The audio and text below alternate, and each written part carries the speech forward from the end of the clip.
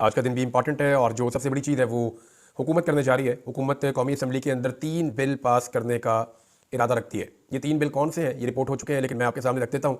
ये वो 3 चीज़ें हैं जो करने के बाद हुकूमत अभी कुछ टाइम टपाने की कोशिश करेगी। हुकूमत रोज़ाना की बुनियाद पर तय करती है कि आज का दिन कैसे गुजरे, ये वाला हफ्ता कैसे गुजरे। अब एक नया हफ्ता शुरू हुआ है तो हुकूमत ये सोच रही है कि इसको कैसे निकाला जाए। बहरहाल 3 चीज़ें क्या है मैं आपको बता देता हूँ। एक तो प्रैक्टिस एंड प्रोसीजर एक्ट, इसके ऊपर जो है वो तरमीमी बिल लेकर आ रहे हैं, जिस पे पहले एक तरमीमी ऑर्डिनेंस लाया गया था, सदर से ऑर्डिनेंस पास करवाया गया। फौरी तौर पे कादी फायद ईसा साहब ने अपनी मर्जी की कमेटी बनाई, फिर फौरी तौर पे उस कमेटी के जरिए से अपनी मर्जी का बेंच बनाया, फिर फौरी तौर पे उस बेंच के जरिए से अपनी मर्जी का फैसला लिया, और वो फैसला लेने के बाद पाकिस्तान में कैसे हॉर्स ट्रेडिंग, दो नंबरी, बेईमानी और फ्रॉड हुआ, ये आप सबने देखा। तो ये प्रैक्टिस एंड प्रोसीजर एक्ट जो है उसके अंदर जो तरमीम हुकूमत को करनी है वो करने जा रही है। शुनीद ये है, कुछ लोग ये दावा कर रहे हैं कि हुकूमत इसके अंदर फिर कोई दो नंबरी करने जा रही है, कुछ ऐसा करने जा रही है जिसके बाद मजीद वो अदलिया को कंट्रोल करने के काबिल हो सके। लेकिन मजे की बात यह है कि जो नए चीफ जस्टिस, जो चॉइस है PMLN की, पीपल्स पार्टी की और MKM की, देखिए मुझे ये कहने में कोई मजायका नहीं है कि जो इस वक्त चीफ जस्टिस हैं ये सीनियरिटी में तीसरे नंबर पे थे। इनका चीफ जस्टिस ऑफ पाकिस्तान बनना नहीं बनता था। Actually chief justice of Pakistan बनना चाहिए था जस्टिस मंसूर अली शाह साहब को, लेकिन इन हुक्मरानों ने एक मुतनाज़ आईनी तरमीम पास की। उसके नतीजे में 3 सियासी जमातों ने मिलकर अपना चीफ जस्टिस चुन लिया, और उन्होंने 3 चीफ जस्टिस में से जिनको पसंद किया वो जस्टिस याह्या अफरीदी साहब है। यानी अगर मैं ये कहूँ कि आज एस्टेब्लिशमेंट की, नवाज शरीफ के खानदान की और जरदारी के खानदान की पसंद कौन है, तो वो टॉप 3 जो है जजेस उनमें से जस्टिस याह्या अफरीदी साहब हैं, जिनको चीफ जस्टिस ऑफ पाकिस्तान बनाया गया था। ये एक फैक्ट है, इसको हम झुटला नहीं सकते। लेकिन हैरत की बात यह है कि अब PMLN के या हुकूमत के अपने लोग जस्टिस याह्या अफरीदी पर तनकीद शुरू कर चुके हैं।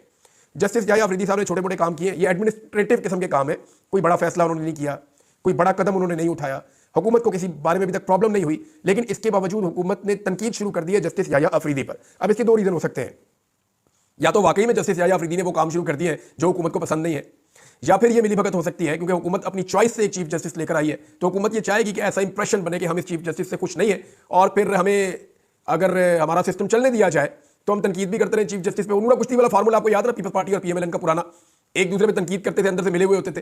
तो बहुत मुमकिन है कि ये हुकूमत अपने मनपसंद चीफ जस्टिस को लाने के बाद अपनी हुकूमत को टूल देने में कामयाब हो जाए। एक ही लिटमस टेस्ट है, एक ही टेस्ट है ना, बड़ा क्लियरली मैं आपको बता देता हूँ। चीफ जस्टिस साहब के सामने एक तो ये है कि इंतजार पंजूता साहब को आज के दिन में बुलाएं, बुलाकर उनसे पूछे भाई आपको कौन ले गया था, और फिर ये जो अगवाकारी का सिलसिला ये बंद करें इस मुल्क में। या तो इस मुल्क में सरमायाकारी होगी या इस मुल्क में अगवाकारी होगी, दोनों में से एक ही चीज हो सकती है ना। तो एक तो ये, दूसरा जो अवाम का मैंडेट है वो अवाम को वापस दिलवा दें जस्टिस याह्या अफरीदी साहब। ये उनका एक बड़ा जो है वो उसका इंपैक्ट आएगा, और फिर हम ये कहने के काबिल हो जाएंगे कि हुकूमत ने जो फैसला किया हुकूमत को उसका फायदा नहीं हुआ। अच्छा जी, दूसरा काम जो हुकूमत आज के दिन में करने जा रही है वो जजेस की तादाद 17 से बढ़ाकर 25 वो करना चाहती है। इसके लिए भी आज खबर आई है कि वो ये भी करना चाहते हैं। तीसरा, वो 3 माह तक किसी भी शख्स को गिरफ्तार करने का इख्तियार सिक्योरिटी फोर्सेस को देना चाहते हैं, यानी बगैर किसी वजह के अगर कोई भी शख्स आप चाहते हैं गिरफ्तार कर दिया जाए तो कम से कम 3 माह तक उसको अंदर रखा जा सकेगा, और फिर उसको छुड़वाना जो है वो नामुमकिनात में से हो जाएगा। यानी जितने मर्जी बंदे उठा लें और गायब कर दें 3 माह तक, कोई पूछने वाला नहीं होगा। ये कानून कोई दहशतगर्दों के खिलाफ तो आया नहीं है, और ये कानून जो है वो कोई दहशतगर्दी के ऐसी चीज़ों के बारे में तो नहीं है। ये प्रपोज किया गया है पाकिस्तान तहरीक इंसाफ को या अपने पॉलिटिकल अपोनेंट्स को या तनकीदी आवाज़ों को कुचलने के लिए। जैसा कि औरिया मकबूल जान साहब वाले केस में बहुत बदनामी हुई हुकूमत की, लेकिन अगर ये कानून पहले आया हुआ होता तो इसके अंदर अगर उठा लेते जी 3 माह तक औरिया साहब को उठा के रखना पड़ेगा, और कानून इसकी इजाज़त देता है, असेंबली से पास हो चुका है, लिहाजा हमने रख लिया। तो ये आसान तरीका ढूंढा जा रहा है। इस तरीके के बाद जो है वो जो शर्मिंदगी होती है ना FIA को, पुलिस को, बाकी इदारों को, अदालत में जाकर जलील होते हैं, वो जलील नहीं होना पड़ेगा। और वो जो बंदे गायब करने का एक फार्मूला, फिर बंदे भी गायब नहीं करने पड़ेंगे। 3 महीने तक तो आप किसी भी बंदे को टैकल कर ही सकते हैं। दूसरी नाज़रीन एक बड़ी खबर है, और वो खबर आई थी बरतानिया से, मैं आपके साथ शेयर करता हूँ कि 10 डाउनिंग स्ट्रीट के अंदर पाकिस्तान तहरीक इंसाफ ने एक रिकॉर्ड नौइयत का एहतजाजी मुजाहरा किया है, बहुत बड़ी तादाद में। यानी अगर वहाँ पे कोई ओवरसीज़ पाकिस्तानियों का इज्तिमा होता है तो बहुत बड़े बड़े इज्तिमा भी हुए हैं, लेकिन ये एक बड़ा इज्तिमा था, बड़ी तादाद में लोग इकट्ठे हुए हैं। ओवरसीज़ पाकिस्तानियों ने कमाल किया है, और वो पाकिस्तान के और पाकिस्तान तहरीक इंसाफ के झंडों के साथ, स्लोगन के साथ, बैनर्स और पोस्टर्स के साथ वहाँ पे मौजूद थे। पाकिस्तान तहरीक इंसाफ के चंद रहनुमाओं ने वहाँ पे खिताब भी किया, और इनकी जो डिमांड्स थी वो मैं आपके सामने रख देता हूँ। एक्चुअली जो डिमांड्स है उसके बाद इमरान खान साहब का भी एक ट्वीट आया, उन्होंने भी कुछ डिमांड्स दी हैं, लेकिन ओवरसीज़ पाकिस्तानी इस वक्त नंबर ले गए। यूरोप के मुख्तलिफ शहरों में इन्होंने बड़े एहतजाजी मुजाहरे किए हैं। हाल ही में इन्होंने जो आखिरी मुजाहरा किया था वो ओवरसीज़ पाकिस्तानियों का पेरिस में हुआ था, फ्रांस में, और अमेरिका के अंदर भी मुजाहरे किए हैं, और अब ये एक मुजाहरा जो बरतानिया में किया गया है ये बड़ा इंपॉर्टेंट है। एक दिन के बाद मरियम नवाज ने भी पहुंच जाना है बरतानिया, लेकिन उनके आने से पहले इतना बड़ा मुजाहरा करके पाकिस्तान तहरीक इंसाफ ने उनके लिए एक चैलेंज पैदा कर दिया है, क्योंकि नून लीग बहुत सारे वसाइल खर्च कर रही है, बहुत सारा पैसा खर्च कर रही है, पूरे बरतानिया और यूरोप के मुख्तलिफ इलाकों से वो अपने कारकुनों को इकट्ठा कर रहे हैं, और मरियम नवाज के जाने से पहले भी कुछ लोगों को भेजा जा रहा है ताकि जितने मैक्सिमम लोग हो सकें उनको इकट्ठा किया जा सके, और वहाँ पर कोई मरियम नवाज के इस्तकबाल की तैयारियाँ की जा रही हैं। ये तो पता चलेगा मरियम नवाज जब पहुंचेंगी तो इनका इतना बड़ा इस्तकबाल होता है, लेकिन अभी पाकिस्तानियों ने एक चैलेंज पैदा कर दिया है बहुत बड़ी तादाद में खड़े होकर वहाँ पे, और PMLN चाहती है कि मरीम नवाज को वहाँ पे दिखाया जाए कि वज़ीर आला बनने के बाद आई है तो देखिए हम कैसा इसका इस्तकबाल कर रहे हैं। हालांकि इस खातून को वहाँ खड़े करके पूछना चाहिए कि आप अपने गले की सर्जरी करवाने के लिए इस मुल्क में आ गई हैं, अब तो आप वज़ीर आला इलाज तो अपने मुल्क में करवा लें आप।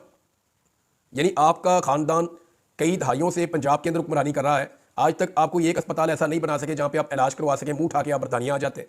तो वहाँ पे जो लोग इनका इस्तकबाल करने वाले हैं उनको चाहिए कि ये सवाल इनसे पूछें। तहरीक इंसाफ ने जो डिमांड रखी वहाँ पे बरतानिया में ज़्यादातर, एक तो सियासी इस्तेहकाम के लिए उन्होंने कहा जी पाकिस्तान तहरीक इंसाफ का मैंडेट वापस किया जाए, दूसरा इमरान खान साहब को जाली मुकदमात में जो जेल में रखा हुआ है उन्हें बाहर निकाला जाए, और तीसरा शुरा ने इस बात पर जोर दिया कि पाकिस्तान के अंदर पाकिस्तानियों को बड़ी तादाद में निकलना पड़ेगा अपना हक लेने के लिए, तभी इमरान खान साहब जेल से बाहर आएंगे। और इंतजार पंजूथा साहब के हवाले से हर एक ने बात की, वहाँ जितने लोग मौजूद थे वो सब बात कर रहे थे, सबको बहुत दुख है, बहुत तकलीफ है जो इंतजार पंजूथा साहब के साथ हुआ। इससे पाकिस्तान में मायूसी फैली है, नौजवान मायूस हुए हैं, वकला मायूस हुए हैं, पाकिस्तानियों को बड़ी तकलीफ हुई है, और ये मनाजर कोई भी अच्छे मनाजर के तौर पे याद नहीं रखेगा, इससे पाकिस्तान में नफरत फैलेगी। और ये काम सब जानते हैं, पाकिस्तान की इंटेलिजेंस एजेंसीज ने किए हैं और ये काम बहुत पुराने होते चले आ रहे हैं। इस सिलसिले को रुकना चाहिए, इस अगवाकारी के सिलसिले को बंद करना चाहिए, चाहे इसके लिए सारी पॉलिटिकल पार्टीज़ को और सारे स्टेक होल्डर्स को मिलकर बैठकर बात करनी पड़े, लेकिन ये सिलसिला बंद होना चाहिए। हमारी हिफाजत करने वाले हमें अगवा करके हम पे टॉर्चर करते हैं, तो ये कोई अच्छा शुगुन नहीं है, और ना इससे मुल्क कभी तरक्की करेगा और ना मुल्क आगे बढ़ेगा। चंद लोगों का फायदा तो हो सकता है। अब आ जाए इस बात पे कि इमरान खान साहब के अपने ट्विटर अकाउंट से एक बड़ी अहम ट्वीट की गई है, और ये ट्वीट एन उस वक्त की गई है जब हाल ही में इमरान खान साहब ने तीसरी मरतबा डील लेने से इनकार किया है और डील की ऑफर को ठुकराया है। इमरान खान साहब को डील ना करने की सूरत में संगीन खतरात से भी आगाह किया गया है, उन्हें खबरदार किया गया है कि आपको संगीन नताइज भुगतने पड़ेंगे और आपके लिए मुश्किलात बढ़ सकती हैं। मिलिट्री कोर्ट भी उनके सामने रखा गया ऑप्शन कि फिर आप तैयार रहें हर चीज़ के लिए, वरना आपको डील करनी पड़ेगी। डील ये है जी कि इमरान खान साहब इस हुकूमत को तस्लीम कर देंगे, इसके वजूद को, और फिर हुकूमत को गिराएंगे नहीं, और फिलहाल इस चीज़ों को ऐसे ही चलने देंगे और इमरान खान साहब रुकावट नहीं डालेंगे। ये एक डील है जो इमरान खान साहब को दी जा रही है। ऐसे में इमरान खान साहब ने अपने ट्वीट में 3 बुनियादी मुतालबात किए हैं, रूल ऑफ लॉ का, कैदियों की रिहाई का और मैंडेट की वापसी का। ये इमरान खान साहब ने एक एक्चुअली रोड मैप दिया है अपनी ट्वीट में कि फ्यूचर में या अभी आने वाले मुस्तकबिल करीब में पाकिस्तान तहरीक इंसाफ ने किस लायामल के साथ आगे बढ़ना है। अब इसमें जो उनका ट्वीट है वो ये है कि जैसे जैसे इंतशार और जबर बढ़ता जा रहा है, मैं चाहता हूं कि हमारे तमाम लोग इन मुतालबात को तमाम मीडिया प्लेटफॉर्म्स पर, पार्लियामेंट में और सूबाई असम्बलियों में और साथ ही साथ सड़कों पर एहतजाज के जरिए मजबूती के साथ पेश करें। कानून की हुक्मरानी, सियासी कैदियों की रिहाई और चोरी शुदा मैंडेट की वापसी। हम अपने जायज़ मुतालबात से हरगिज़ पीछे नहीं हटेंगे। ये जी इमरान खान साहब का ट्वीट है। तो यहाँ से आपको आइडिया हो जाता है कि जहाँ इमरान खान साहब खड़े हैं वहाँ फिलहाल डील नाम की कोई चीज़ नहीं है, और उन्होंने अभी डील करने से इनकार कर दिया है। अगले 3 से 4 दिन बड़े इंपॉर्टेंट है नाज़रीन, और एक डेवलपमेंट और होने जा रही है। अक़वाम मुत्तहिदा में आपको याद होगा पाकिस्तान में इंसानी हकूक़ की खिलाफ वर्जियों के हवाले से, इमरान खान साहब के साथ होने वाले जुल्म के हवाले से आवाज़ उठाई गई थी, जिसका पाकिस्तान ने बहुत प्रेशर महसूस किया था, और यहाँ बड़े हालात अजीब हो गए थे पाकिस्तान के लिए, और पाकिस्तान फिर उसको जस्टिफाई करता फिर रहा था। अभी जो खबर आ रही है वो ये है, और ये मुख्तलिफ ज़राए क्लेम कर रहे हैं, मैं आपको ये खबर बता रहा हूँ कि अगले 3 से 4 दिनों में अक़वाम मुत्तहिदा से दोबारा बड़ी स्ट्रॉन्ग खबर आने वाली है, और वहाँ से आवाज़ उठने वाली है इमरान खान साहब के हक़ में और पाकिस्तान में इंसानी हकूक़ की खिलाफ वर्जियों के हवाले से। तो ये जनाब बहुत अहम है। एक चीज़ मैं और बताना चाहता हूँ नाज़रीन, पाकिस्तान का मीडिया जो है वो पूरी तरह से कंट्रोल्ड है। तो ये जो कंट्रोल्ड मीडिया है इसके अंदर बाकायदा डायरेक्शन दी जाती है कि इस चीज़ पे बात करनी है और इस पे नहीं करनी। और पाकिस्तान तहरीक इंसाफ के जो लोग हैं या अपोजिशन के लोग जो इस वक्त जबर का शिकार है, उनके साथ प्रॉब्लम यह है कि उनको जिस टॉपिक पे लगाया जाता है वो उसी पे लग जाते हैं। मिसाल के तौर पर तहरीक इंसाफ के एक उम्मीदवार को बुलाया जाएगा या तहरीक इंसाफ के एक पार्टिसिपेंट को बुलाया जाएगा और उसे प्रोग्राम में कहा जाएगा जी आपकी पार्टी में इख्तलाफात हैं, वो 40 मिनट उसी पे प्रोग्राम करके निकल जाएगा और अपनी बात ही नहीं करेगा। या बुलाया जाएगा और बुला के पूछा जाएगा जी अमेरिका में इलेक्शन हो रहा है, इस पे बात कर लेते हैं, तो बेचारा 40 मिनट उस पर बात करेगा और निकल जाएगा। मेरे ख्याल में पाकिस्तान तहरीक इंसाफ के लोगों से कोई भी सवाल किए जाएं, उन्हें 5 चीज़ों पर इस हफ्ते में, ये आज हफ्ता शुरू हो रहा है, मीडिया को इंस्ट्रक्शन जा चुकी है। देखिए मैं मीडिया का हिस्सा हूँ, अभी भी बहुत सारे ग्रुप्स हैं यहाँ मेरे पास, मेरे मोबाइल के अंदर मीडिया के, जिनके अंदर जो भी इंस्ट्रक्शंस आती हैं वो शेयर हो जाती हैं। हमें पता चल जाता है कि इदारों से कौन से अहकामात आ रहे हैं, हुकूमत से कौन से अहकामात आ रहे हैं, और उन अहकामात के ऊपर अमल करना पड़ेगा मीडिया को, उसकी मजबूरी है। मीडिया जो है वो एक कारोबार है, वो कोई मिशन तो है नहीं पाकिस्तान में, सेठों का मीडिया है तो उनका कारोबार है, उन्होंने इसके ऊपर चल रहा है। तो यहाँ पे पाकिस्तान तहरीक इंसाफ को कोशिश की जाएगी और इंस्ट्रक्शन आ चुकी है कि इंतजार पंजूथा वाले मामले से और दीगर मामला से दूर रखा जाए और किसी और कंट्रोवर्सी में डाला जाए। लेकिन 5 चीज़ें ऐसी हैं इस पूरे हफ्ते के अंदर, मंडे से लेकर जुमे तक, इस पूरे हफ्ते में 5 चीज़ें ऐसी हैं जिन पे पाकिस्तान तहरीक इंसाफ के हर उस शख्स को जो टॉक शोज के अंदर जाए जरूर बात करनी चाहिए। नंबर 1, हर सूरत में बात करनी चाहिए, सवाल कुछ भी किया जाए, ये 5 बातें जरूर करनी चाहिए। नंबर 1, MNA सादुल्ला बलोच और MNA हाजी इम्तियाज चौधरी के घर की खवातीन के साथ और बच्चों के साथ जो कुछ भी हुआ वो वाकया जरूर सुनाना चाहिए। नंबर 2, इंतजार हुसैन पंजूथा साहब के साथ जो कुछ भी किया गया और जो कुछ उनके साथ हुआ इसके ऊपर जरूर बात करनी चाहिए। नंबर 3, गुज़िश्ता 1 महीने में इमरान खान साहब के साथ जेल में जो सलूक किया गया और जो रवैया रखा गया, इसके ऊपर जरूर बात करनी चाहिए। नंबर 4, नवाज शरीफ और मरियम नवाज अपने इलाज के लिए पाकिस्तान से बाहर लंदन में क्यों जा रहे हैं, वो अपना इलाज वहां पे क्यों करा रहे हैं, 40 साल से वो इस सूबे में हुक्मरानी कर रहे हैं, उनका इलाज पाकिस्तान में क्यों नहीं हो सकता, इस पे जरूर बात करनी चाहिए। नंबर 5, मैंडेट चोरी और जाली 26वीं आईनी तरमीम के ऊपर हमेशा ही बात करते रहना चाहिए। ये 5 चीजें इस हफ्ते के अंदर पाकिस्तान तहरीक इंसाफ के हर टॉक शो में जाने वाले शख्स को जुबानी याद कर देनी चाहिए और इसके ऊपर जरूर बात करनी चाहिए। सवाल कोई भी पूछा जाए, देखिए जो एंकर होगा वो बदमजा होगा, एंकर को प्रॉब्लम आएगी, प्रोड्यूसर्स के कान में बोलेगा, उसे कहेगा कोई इनका टॉपिक बदलो, इस पे बात नहीं करनी, और भाई इसके बारे में पॉलिसी है, इस पे मना किया, उस पे बात नहीं करनी, लेकिन वो उसको मना करेगा ना, आपका मुंह तो बंद नहीं कर सकता वो लाइव टीवी के ऊपर। तो आप ये 5 चीजें पाकिस्तान तहरीक इंसाफ के लोगों को चाहिए, इनके साथ फस्तायत जुड़ी हुई है, इन 5 चीजों पर बात जरूर करें। नवाज शरीफ साहब ने नाज़रीन एक और बड़ा अजीबोगरीब दावा कर दिया है। नवाज शरीफ साहब का दावा है कि जी मुल्क ट्रैक पे आ रहा है। ये मियां साहब हर थोड़े अरसे बाद ये दावा कर देते हैं, जब भी मियां साहब की हुकूमत गिरने लगती है ना, तो मियां साहब पहले ही खप डाल देते हैं कि पाकिस्तान की मुश्किलात जल्द आसान हो जाएंगी, हम मुल्क के हालात को ठीक कर रहे हैं, बड़ी मुश्किलों से मुल्क को ट्रैक के ऊपर ला रहे हैं, लिहाजा जैसी हुकूमत गिरती है कहते हैं देखो यार हम ठीक करने लगे थे, बेड़ा गर्क हो गया। यानी हर दफा मियां साहब की ये कहानी होती है कि ठीक होने ही लगा था, ये इन्होंने खाना खराब कर दिया मेरा। मैं आपको मिसाल दे देता हूं कि यानी एक आदमी है, वो ये क्लेम करता है कि जनाब मैं यहां से यूं क्रॉस करूंगा और फलां जगह के मैं दूध की नहर निकाल दूंगा मैं।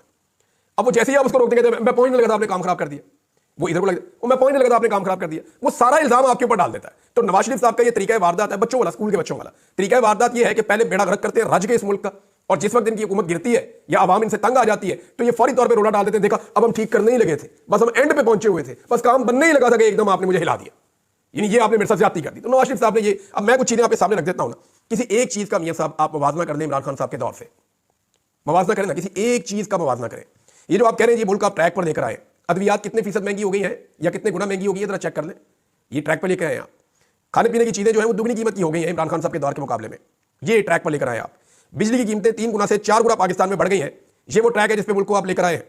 150 वाला पेट्रोल आज 250 रुपए पे मिल रहा है, जो उस वक्त $125 फी बैरल था, और आज जो है वो $67 फी बैरल है। आधी कीमत पे आदमी मंडी में है और आप दुगनी कीमत पे बेच रहे हैं। ये ट्रैक था जिस पे आप लेकर आए। गैस की कीमत आपने दुगनी कर दी है, क्या ये वो ट्रैक है? डॉलर 100 रुपए महंगा कर दिया आपने जब से आपकी हुकूमत आई है, बल्कि बीच में 150 महंगा हो गया था, अब तो वापस थोड़ा सा कंट्रोल हुआ, लेकिन आप ही के दौर में 100 रुपए महंगा हुआ है। तो ये आप ट्रैक पे लेकर आए हैं।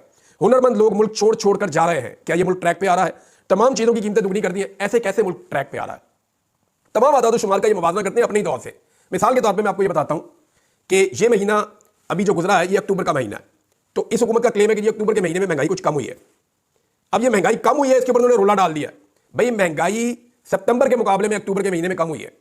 इसकी सादा मिसाल ये है कि सितंबर के महीने में तलवार के साथ खाल उतार रहे थे मियां साहबान, यानी ये जो हुकूमत है पीडीएम की सरकार, ये सितंबर के महीने में अवाम की खाल उतार रहे थे तलवार के साथ। अक्टूबर के महीने में इन्होंने तलवार के बजाय जो है ना वो खंजर के साथ उतारना शुरू कर दी, खाल ही उतार रहे हैं।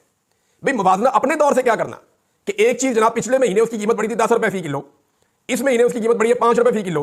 भाई उसकी कीमत बढ़ने की रफ्तार में कमी हुई है, महंगाई में कमी नहीं हो रही। अपने ही दौर से अपने दौर का मुवाजना कर रहे हैं, जो बहुत बड़ी ज्यादती है।